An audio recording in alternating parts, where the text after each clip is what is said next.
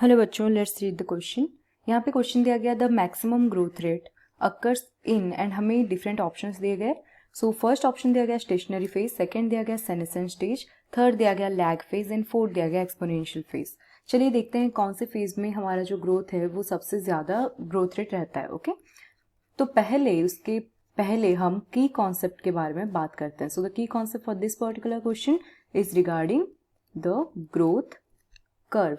सो पहले देखते हैं what do you mean by growth curve.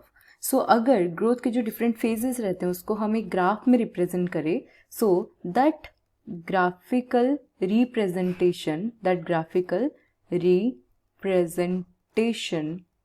Representation of the phases of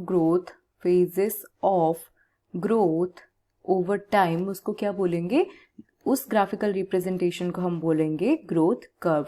so growth curve में mostly हमें different phases देखने को मिलेंगे, right. What are the phases if will see, तो पहला आ जाएगा हमारा lag phase. Okay, lag, then आएगा लॉग और एक्सपोनेंशियल फेज, लॉग और exponential phase, then comes the stationery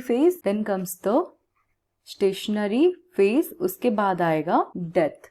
so these are the phases of a standard growth curve. अब बात करते हैं सब जो फेजेस हैं उसके बारे में थोड़ा ब्रीफली डिस्कस कर लेते हैं। So first let's talk about the lag phase. So lag phase हो गया हमारा initial phase. Okay, this is the initial phase. So यहाँ पे जो ग्रोथ रेट होगा वो बहुत स्लो होगा। Okay, very slow growth rate देखने को मिलेगा। अब बात करते हैं लॉग फेज के बारे में, लॉग और एक्सपोनेंशियल फेज। ओके, लॉग और एक्सपोनेंशियल फेज के बारे में। So what is this log और exponential phase?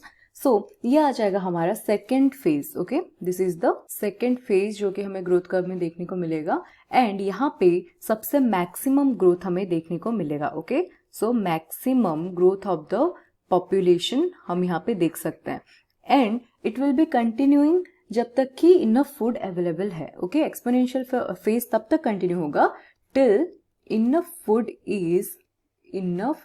food available. Okay, and after a particular time आ जाएगा हमारा stationary phase. Okay, so what do you mean by stationary phase? So this stationary phase में क्या होगा, जो growth रहेगा वो हमारा stable हो जाएगा. Okay, so the growth is stable growth हमें देखने को मिलेगा। So यहाँ पे जो death rate and birth rate वो equal हो जाएंगे।